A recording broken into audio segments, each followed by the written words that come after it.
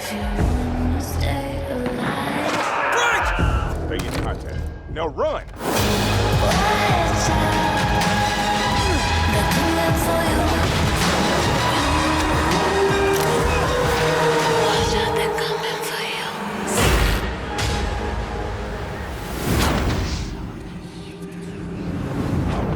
Hello guys, nice to meet you. I'm Leah, and this is Dying to Know. If you're dying to know what's going on in the world of Dying Light 2, then you're in the right place. Here we'll be showing you all the news from the latest from the Dying Light world. We'll be announcing a few contests, we'll be talking to developers, and probably most importantly, we're going to be showing you a brand new gameplay trailer where you can see the current state of the Dying Light 2 game. But first, there's someone here I need to introduce you to. It's Aiden Caldwell. I'm a pilgrim, an outcast, roaming like a Japanese Ronin or an Old West desperado. My past is dark, but my future has a tiny, dying light at the end of this tunnel. Hello, guys. My name is Jonah Scott, and I voice Aiden Caldwell in Dying Light 2. But before that, I'm going to host this program with Leah, if you don't mind. My pleasure. Well, I'm ready. Jonah's definitely ready, and I hope you're ready. So if you're dying to know, just like us, then stick with us.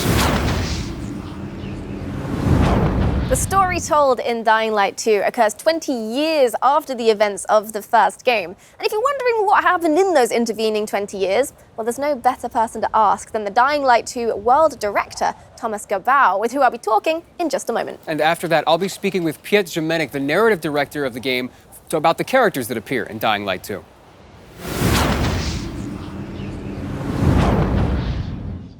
Welcome to the show, Thomas. So the first question I have for you today is, do I need to have played Dying Light 1 to sort of understand what's happening in Dying Light 2? No, actually, you don't. Like you mentioned before, a game takes place some 20 years later, in a world where humankind has lost the war to the virus. So, in a way, you could say that Dying Light 2 takes us to the world beyond the apocalypse. Intriguing. All right, tell me more, please. Well, you remember the events of Heron in 2014. Well, after that, world leaders, they had a tough choice to make. They had to isolate the city of Heron. Right. For that, they created an exclusion zone. Like in Chernobyl, only a lot more people were left to die inside the walls. Yeah, right. So they just isolated the entire city. And did it help? Did it stop the virus? Yeah, for a while it worked. Enough for everyone to forget about it, at least. Only in secret, a handful of scientists continued to study the virus. You know, manipulating its DNA, creating new strains. They were looking for commercial and military applications. So, you know, they're doing it for the money, really. Yeah, of course. So what happened next? Well, next, the shit hit the fan. By Christmas 2021, one of these mutated strains escaped from a level 4 laboratory located near Geneva. We don't really know if this was accidental or not, but this time the virus was much faster than any government. Before the world could react, civilization was on the brink of collapse. People were dying in the streets, capital cities were burning. By the end of 2023, 98% of the population had been lost to the virus. There was a few settlements remaining, but only one city was still standing. The last bastion of mankind, our city, Villador, aka the city. Right, so Villador is what we have left. So that's everything that's happened outside of the city. What actually happens inside Villador? Well, the city has unique rules. First of all, it's surrounded by seemingly impassable walls. And inside the walls, the people decided to use a radical new weapon against the infection, which actually gave them the upper hand in the first stages of the pandemic. But it also created terrifying new monster archetypes. 15 years on, a new equilibrium sort of emerged in the city. By daylight, human factions fight to control the city, and at night, the streets become the realm of these bloodthirsty, infected monsters.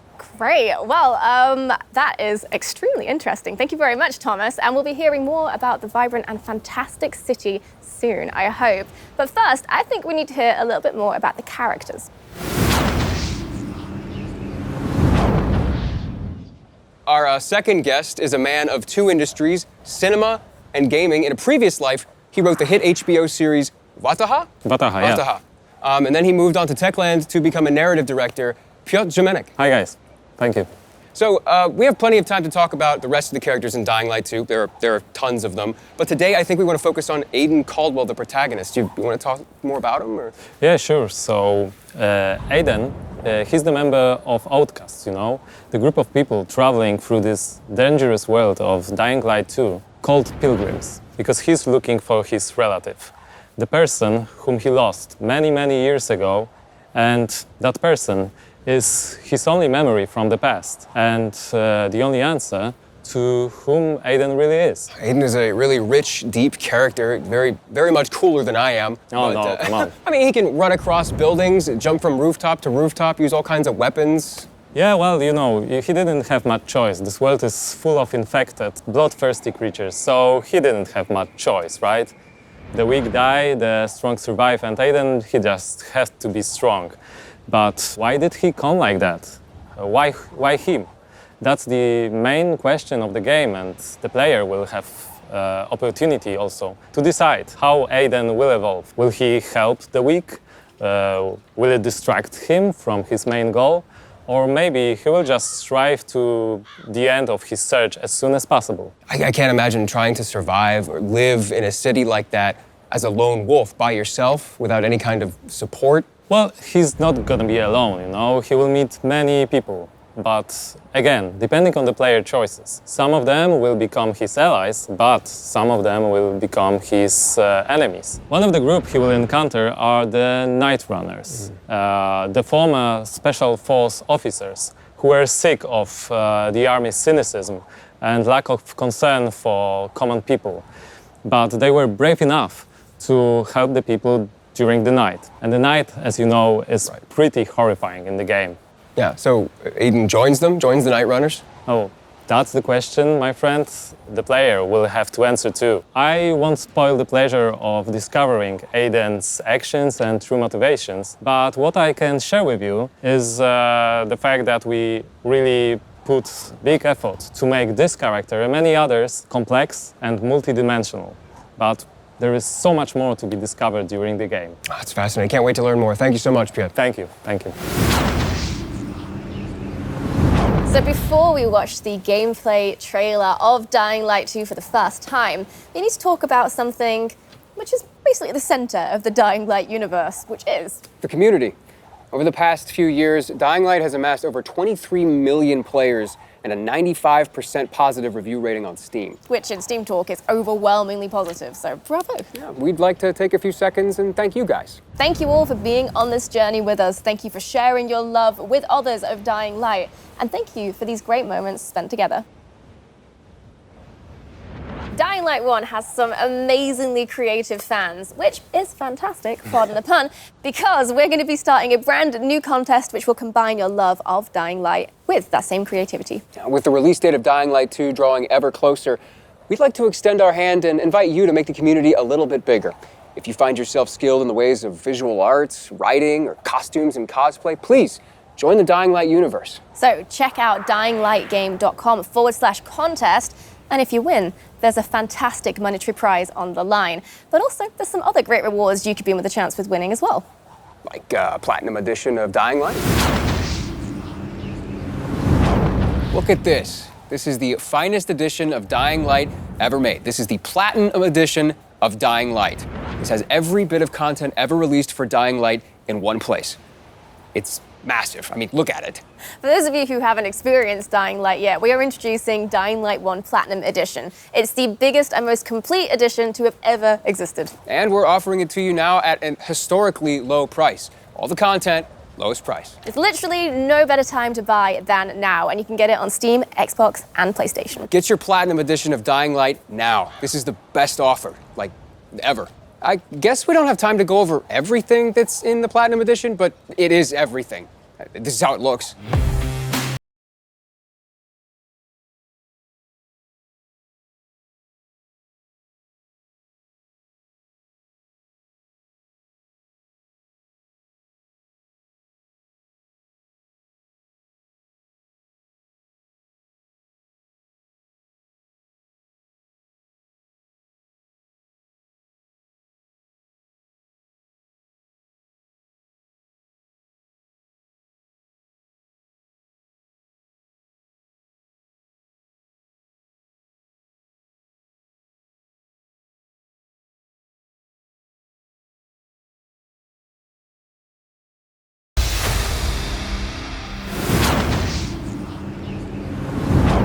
Okay, so I'm excited because you guys are in just a second gonna see the official gameplay trailer for Dying Light 2. And then after that, we're gonna interview some of the devs that made it possible. So without further ado, here it is. Hey everyone!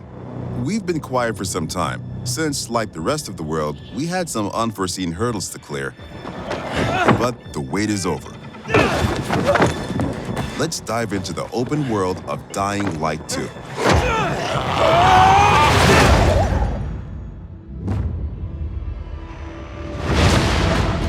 The last slice of Dying Light 2 showcased the mission from the main storyline. You get after those fuckers.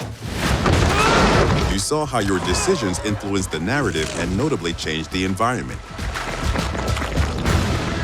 This time, we want to give you a broader look at the game and a sneak peek at some of the things we'll be talking about in upcoming months.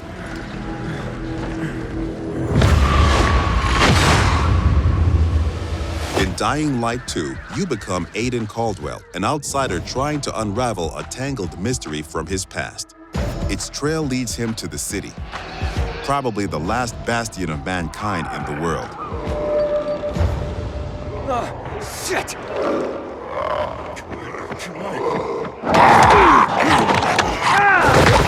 At first, you feel like this intense, brutal place will tear you apart. But then you meet the Night Runners, veteran survivors who help people in better days. By the way, I'm Hakon. You were a night runner. You used to help people, remember? Night runners are gone. Finished. A myth. And although it's not entirely clear you can trust them, you need allies in the dark.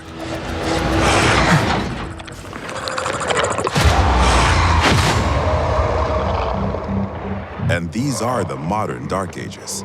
It's been 15 years since the apocalypse and the world has changed. The old civilization has fallen, but a new one has been built on its ashes. People fight desperately for scarce resources. Rules are broken, and weakness is punished. She's innocent! 3 factions struggle for position in the city. Survivors pride themselves on being able to adapt to any circumstances and cobble together safe zones almost everywhere. Peacekeepers, loyal soldiers who want to impose their version of law and order and trample all in their path. Renegades, ex-prisoners serving their ruthless colonel, seeking to become sole rulers of the city. Where is Wolves? Make him token. Use these factions to reach your goal. Help or harm them to reshape the city to your liking. Just remember, each faction contains complex characters. Nosy Parker, ain't ya? Got some kind of bad habit of yours? So, will you follow cold calculation or your heart? The Bazaar needs good people. Help us and you'll find a home here. Some in the city offer no chance for an alliance. Bandits, outlaws, and common thugs live only to plunder and kill, plunging the streets into chaos. Yet, nightfall scares all of them equally.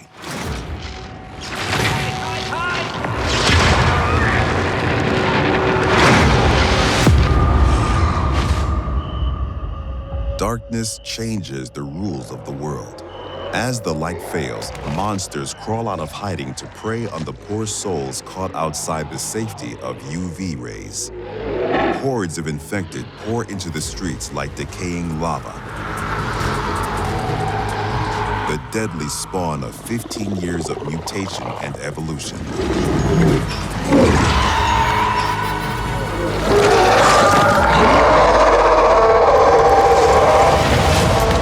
Your only escape?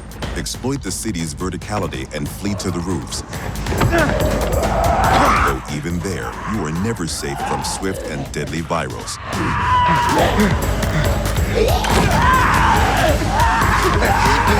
Or even greater threat.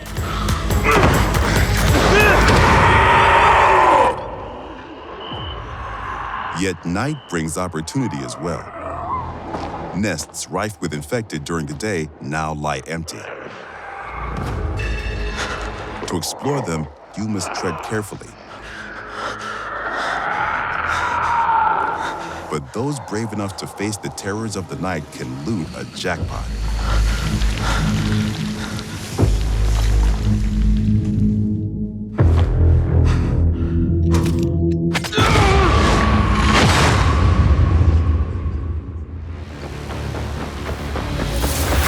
Luckily, you have all the tools you need to survive. Your extraordinary parkour skills allow you to navigate even the most treacherous terrain.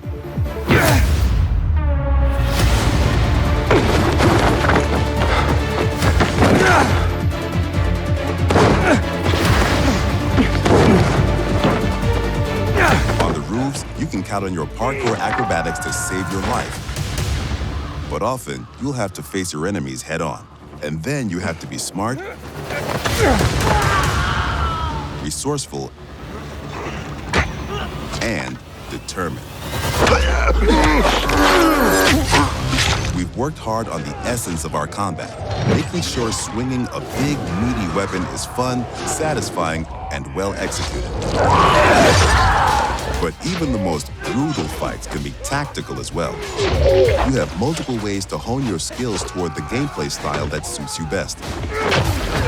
It's up to you if you focus mostly on mobility and parkour, or aggressive, blunt force combat, or a crafty approach where the tools you've created get the job done. Every ability you learn can be a game changer and possibly a new favorite move. Things move fast and quick in Dying Light 2. Each moment matters. Each move could mean triumph or defeat. Choose your actions and friends carefully. Everything you do in the city can reshape the gameplay environment, change the course of the narrative, and decide the fate of the city's residents. But most importantly, you decide your own fate as well. You're about to turn. Make sure to stay human.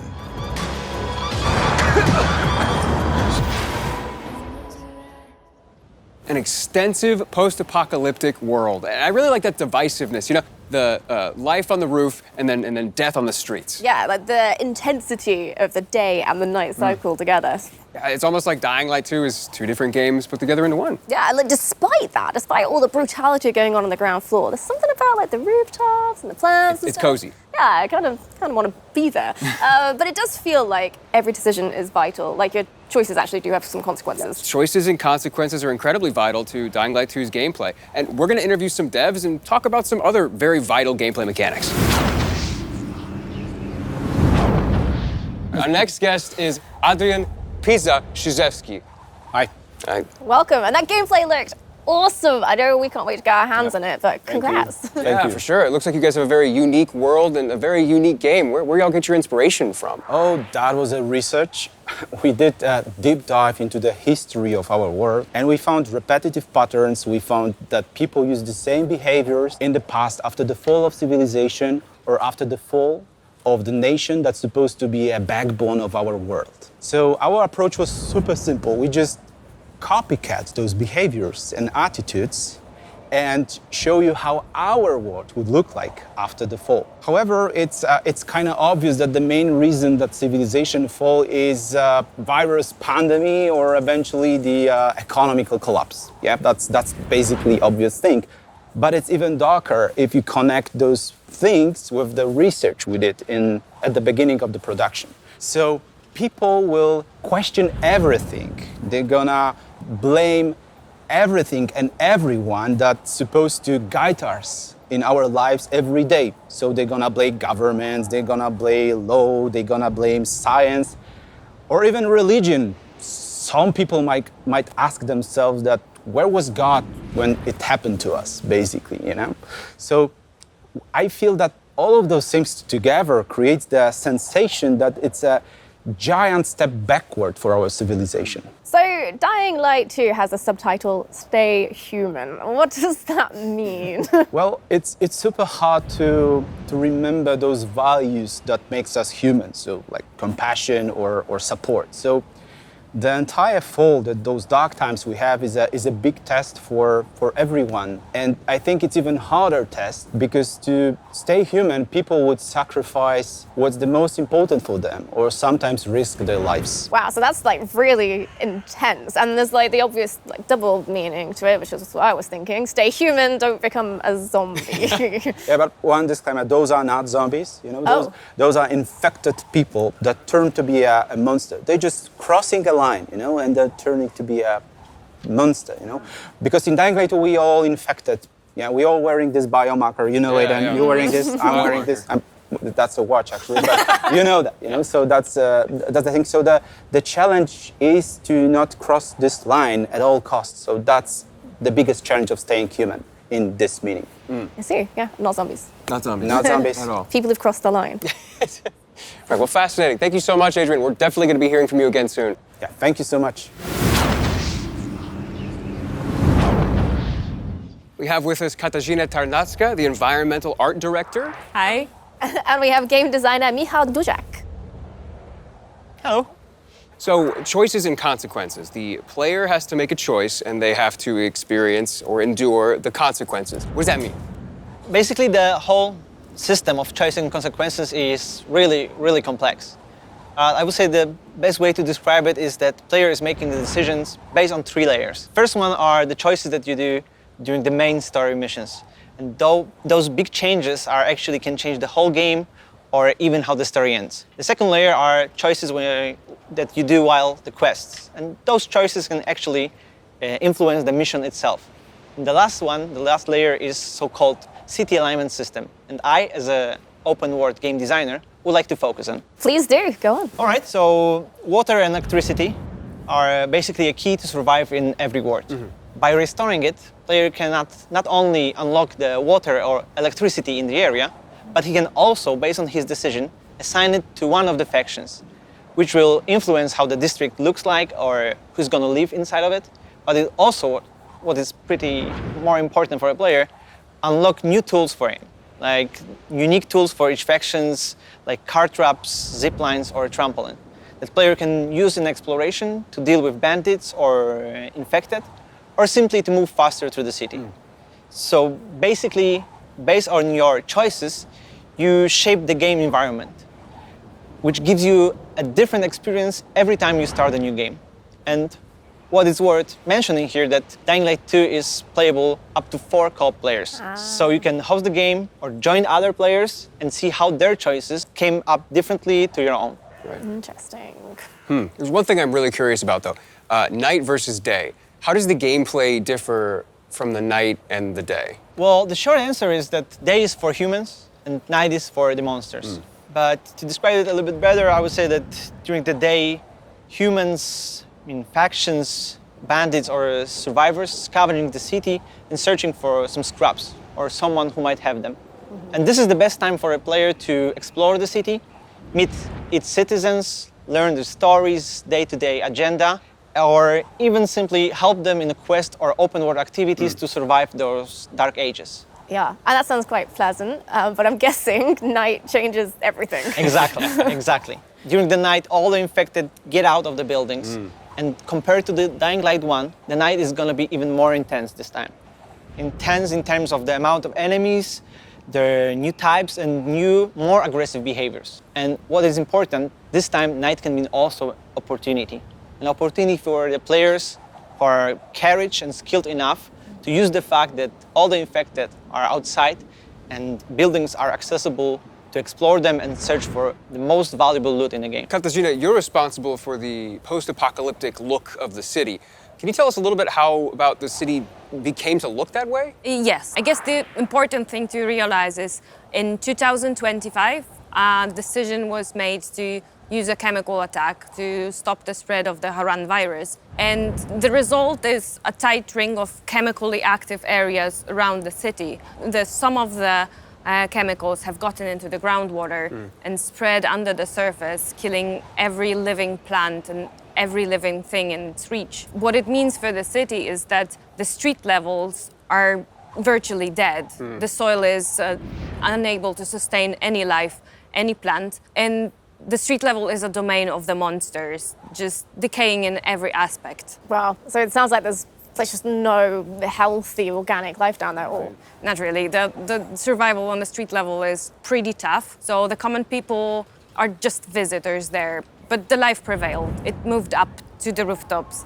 And this is where the plants are flourishing and blooming in the post-apocalyptic landscape. And this is where people build and develop the new world of Dying Light 2. Electricity producing windmills and safe zones for the player. And in a way, in a metaphorical sense, the rooftops are the new default ground floor, the level 0. And trip to the streets is, in a way, a trip underground, a -1 of sorts, just the corpse of a lost civilization.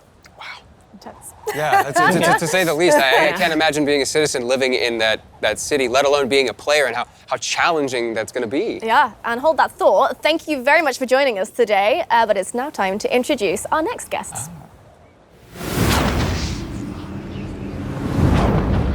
With us now are Bartosz and Peter. And guys, I have one question about the open world in Dying Light 2. How big is it? It's pretty big. We know that. Can you tell us a little bit more? Yes, of course. The map in Dying Light 2 is divided into 2 huge regions and several zones. Okay. There are plenty leftovers from the lost civilization for you to scavenge. But we didn't want our players to perceive the map only horizontally, so we see the map as a multi-level 3D world that supports your traversal and helps you solve parkour puzzles. Yes, in-house we call it multi-layer open world exploration. And you know, the movement system from Dying Light 1, we remove every restriction from the player. You can move everywhere you want, how you want to do it. And when I think about it, I think that was a big challenge for us to create the geometry that supports all of that. And we did it, and I think we did it well. Doing the same thing in Dying Light 2 wasn't our goal. We want to make one or more step forward to surprise the player expectation. That's why we doubled the number of parkour moves. Doubled. And I mean, it's not like there was a shortage in Dying Light 1, so what? Yes, the iconic Dying Light 1 parkour is essential there. We improve it. We double the number of parkour moves. The players will see over 3,000 different parkour animations. Wow. From the basic move, through the tricks, to the small little tasty details there that you can see it. Okay, well, unfortunately, I'm gonna have to stop you there, but don't hate me because in the next episode, we're gonna be talking more about parkour and how the team have managed to make an authentic urban running experience in Dying Light 2. Thank you guys so much for the information. Bartosz, Peter, it's been a pleasure. Thank you. Thank you very much.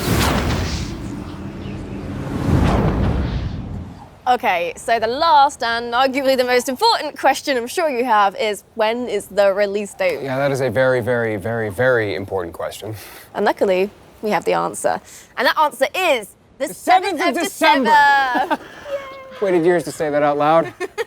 And now that we know the release date of the game, it's time for you to go pre-order it. Go to dyinglight.com/pre-order, select your platform, and then hit pre-order. And there you go. Congratulations. You just pre-ordered one of the most anticipated games of this year. Go you.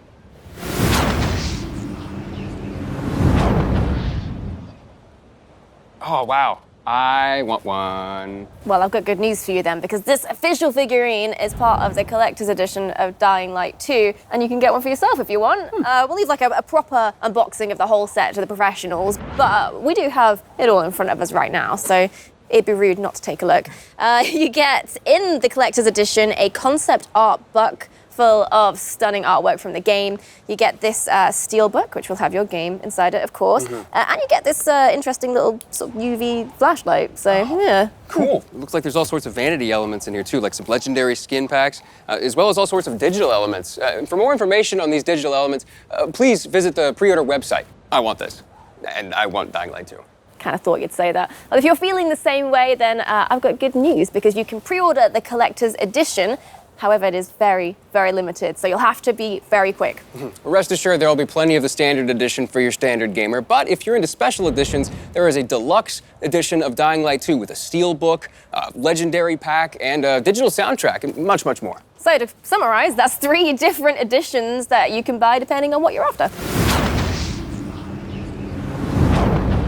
And if you just can't wait until release to get immersed in the world of Dying Light 2, then why don't you go check out the Techland Gamers and Goodies website for more info. Yeah, this is a program for all gamers, whether or not you want updates on Dying Light 2 with the news, or you want Dying Light 2 items in Dying Light 1. Everyone's gonna find something they like there.